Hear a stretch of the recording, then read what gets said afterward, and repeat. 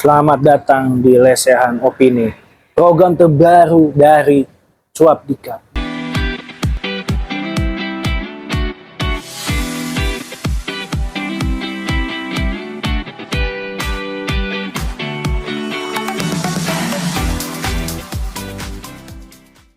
Baik, terima kasih banyak untuk kawan-kawan semua. Sebelumnya mohon maaf sebesar-besarnya untuk kawan-kawan Agra, kawan-kawan GSBI, kawan-kawan AMP, kawan-kawan GMKI yang hadir, dan kawan-kawan masing-masing anggota GMNI Komisariat, kawan-kawan FMN dengan tempat yang sederhana ini ya. Artinya kita sebenarnya lagi membangun suatu gerakan sebenarnya, membangun satu perlawanan, walaupun yang sederhana seperti kita hari ini, tapi kawan-kawan GMNI Jakarta Selatan kita mampu menjahit atau menentukan sikap kita bahwasannya oligarki hari ini di depan mata sebenarnya. Ketika kawan-kawan hari ini melihat bahwasannya PIK yang di PSN kan, artinya kan PSN ada 14 PSN sebenarnya yang di akhir masa jabatan Jokowi dikeluarkan sebenarnya, yang dimana tadi Pak Kolit begitu menggelora sebenarnya menyampaikan bagaimana kita harus membangun satu perlawanan. Ini adalah perang terbuka sebenarnya terhadap rakyat Indonesia ketika dia bicara kelautannya. Nah, cuman bagaimana mungkin akan menjadi satu perang terbuka atau perlawanan yang sangat terbuka terhadap oligarki apabila kawan-kawan mahasiswa, contoh yang paling sederhana, kita belajar dari berbagai macam gerakan rakyat, terkhususnya gerakan mahasiswa. Kawan-kawan Agra tadi terlibat langsung, artinya kawan-kawan yang hari ini mengadvokasi secara langsung, baik secara litigasi dan non-litigasi. Kita perlu belajar sebenarnya, kalau khusus untuk kawan-kawan pemuda dan mahasiswa, tidak perlu kita mengeksklusifkan diri kita sebenarnya. Kawan-kawan GMNI Jakarta Selatan dengan kawan-kawan Agra, GSBI, kawan-kawan FMN, kita sudah lama sebenarnya membangun satu gerakan. Dari dulu kita mengatakan Jokowi adalah boneka, tapi hari ini makin nyata gitu loh. Dulu 8 tahun terakhir saya terlibat di gerakan bersama kawan-kawan GSBI, kita mengatakan Jokowi adalah boneka. Sekarang makin terang beneran gitu loh. Ketika kawan-kawan mahasiswa melakukan aksi atau demonstrannya mengatakan anti akan oligarki, tapi di depan mata tapi diam gitu loh. Ini jadi masalah. Depan mata aguan ini, khususnya di Jakarta, di Jabodetabek, depan mata aguan ini, tapi kita diam akan kondisi itu. Situasi yang paling terdekat kan kalau kita melihat situasi gerakan kan, dulu ketika BBM itu naik, perlawanan itu muncul dari kampus. Sekarang malah diam. Artinya kan ketika ada kebutuhan rakyat, lantas kita juga mampu lantas kita juga harus mengkritik otokritik gitu loh. Lantas di mana fungsi Tridharma perguruan tinggi kita? Yang paling berbahaya kan ketika kita mengeksklusifkan diri kita jauh dari gerakan rakyat, tapi kita meneriak rakyat gitu loh. Dan setelah itu kita anti oligarki. Yang ini depan mata ini, Pak Kolit sebagai nelayan mampu mengatakan ini adalah perang terbuka. Nah, sekarang kita mampu nggak sebagai gerakan mahasiswa menyatakan itu juga? Hari ini kan benar apa kata Pak Kolit, semua organisasi diam kok, khususnya Cipayung pada diam. Dia makan kondisi itu sebenarnya. Nah, Pak Kolit terang-terangan ini kan operasi parcong. Apakah mahasiswa berani mengatakan hal itu? Nah, kalau kawan-kawan game ini kita udah berapa kali melapor Jokowi KPK. Walaupun kita dengan berhadapan tantangan gerakan pasti akan berbanyak benturan. Kita dibilang inilah, kita dibilang itulah. Tapi bagi kita akan buktikan mana jalan yang benar kita tempuh. Artinya kan kita lihat situasi. Semua perangkat hukum di setelah Jokowi sampai sekarang pun Prabowo nggak bisa ngapa-ngapain sebenarnya. Toh kalau Prabowo bisa ngapa-ngapain kan tidak menjawab pertanyaan Pak Kolit tadi. Seharusnya Prabowo mampu membatalkan PSN apabila proyek itu menyengsarakan rakyat. PSN ini kan sebenarnya proyek sengsara rakyat sebenarnya. Jadi bukan berarti proyek yang menyejahterakan rakyat. Kalau menyejahterakan bukan seperti itu prakteknya. Nah, ini kan lebih khusus untuk kawan-kawan mahasiswa sebenarnya. Bagaimana kondisi ini bisa kita bangun? Sempat saya sama kawan-kawan semalam kita mendiskusikan situasi, sebenarnya kita harus pilih respon cepat. Makanya setelah kita diskusi kali ini, kita akan melakukan konsolidasi sebenarnya.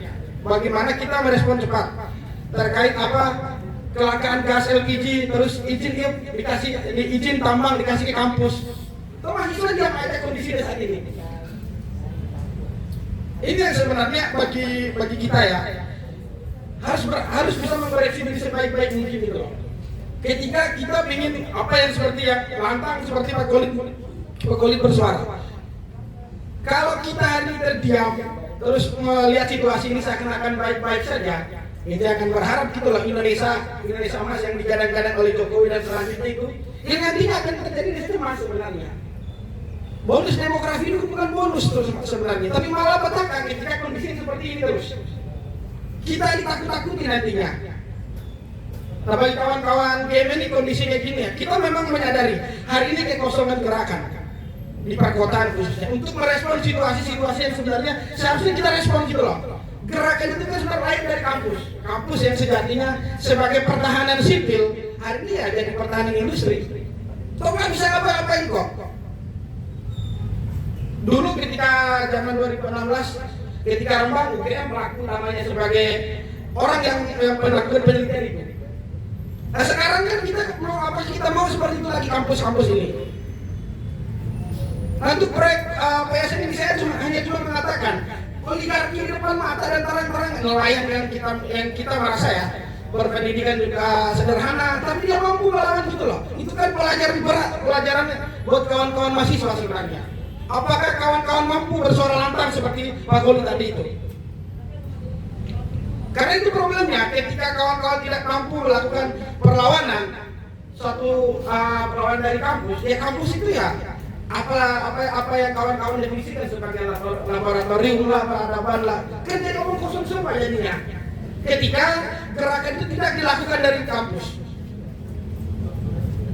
Nah ini yang sebenarnya menurutku ketika kita melihat kasus PSN, sebenarnya kan banyak yang akhirnya kebongkar semua kan pagar-pagar laut yang ada di Indonesia.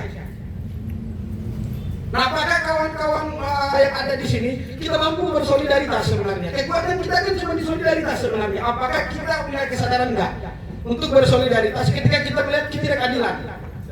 Ketika solidaritas itu putus, akan jadi pecah belah tadi itu. Ketika kita melawan aguan yang khususnya rasnya Tionghoa, akhirnya dibilang.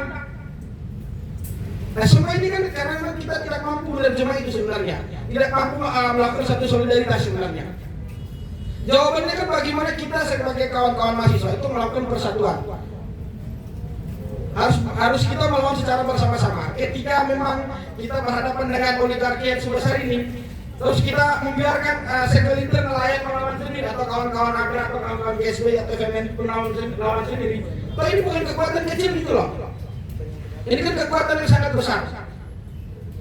Nah kawan-kawan di lapangan ini berhadapan sama preman. Dan yang lebih aneh lagi, proyek ini kan sebenarnya kan Jokowi lah aktor utamanya. Nah ini kan ketika kawan-kawan hari ini, kalau kemarin saya sempat mengatakan ke kawan-kawan bahwasanya kita ini sebenarnya mampu menemukan satu isu bersama kalau kita sepakati Jokowi adalah dalang utama semua kesengsaraan ini. Kalau kita belajar dari 98 mereka mampu mengatakan Soeharto sebagai musuh bersama. Nah hari ini sebenarnya kita ketemu sebenarnya isunya. Kalau kita lihat dari bagaimana perangkat hukum dikuasai oleh Jokowi, terus PSN semua dalamnya Jokowi, kan harusnya kita mampu menyimpulkan musuh kita dari ini adalah Jokowi. Kalau kita tidak mampu menyimpulkan itu, kita tidak mampu menyelaraskan persepsi kita bagaimana melawan Jokowi, ya akan terus begini kondisinya. Toh 100 hari Prabowo nggak bisa apa-apain kok. Masyarakat akhir-akhir ini dihebohkan dengan kelangkaan gas sampai ada yang meninggal. Mahasiswa kan mana ada berprotes, kan pada kondisi diam aja. Nah apalagi ini berhadapan dengan oligarki besar. Kalau saya sih sangat berharap ya setelah diskusi ini kita sama-sama membangun satu gerakan sebenarnya. Jangan kawan-kawan teriak anti oligarki juga sebenarnya. Kita juga maksudnya ini depan mata gitu loh. Sangat-sangat terbuka pertarungannya sebenarnya. Perlawanan itu sangat-sangat terbuka. Tapi kalau kita diam gitu loh. Khususnya kawan-kawan mahasiswa ini terang-terang di depan mata loh menurut saya. Pak Guan sempat menyatakan saya cuma melayani presiden kok. Berarti kan secara gambaran kita presiden itu kan digajukan. Berarti presiden saat ini pelayan oligarki, sederhana menilainya. Nggak perlu kita baca-baca buku sepintar-pintar apapun. Sederhana, berarti selama ini Jokowi bukan pelayan rakyat. Kan begitu bacaannya. Ketika kawan-kawan bertele-tele bertele bagi saya, ini di depan mata gitu loh. Nah, saya cuma mengatakan itu sebenarnya. Ini di depan mata, ayo kita galang perlawanan secara bersama-sama. Dan saya terima kasih banyak juga untuk kawan-kawan semua. Mohon maaf apabila dengan tempat yang sederhana ini, saya sih berharap selanjutnya setelah diskusi ini kita akan melakukan konsultasi secara bersama. Kita harus mampu menjawabkan apa yang dikatakan Pak Gulten. Ini adalah perang terbuka terhadap oligarki. Ketika kita melihat tidak ada oposisi dan presiden sekalipun tidak mampu membatalkan PSN tersebut. Nah itu sih kalau dari saya, apabila ada kesalahan kata saya mohon maaf. Assalamualaikum warahmatullahi wabarakatuh.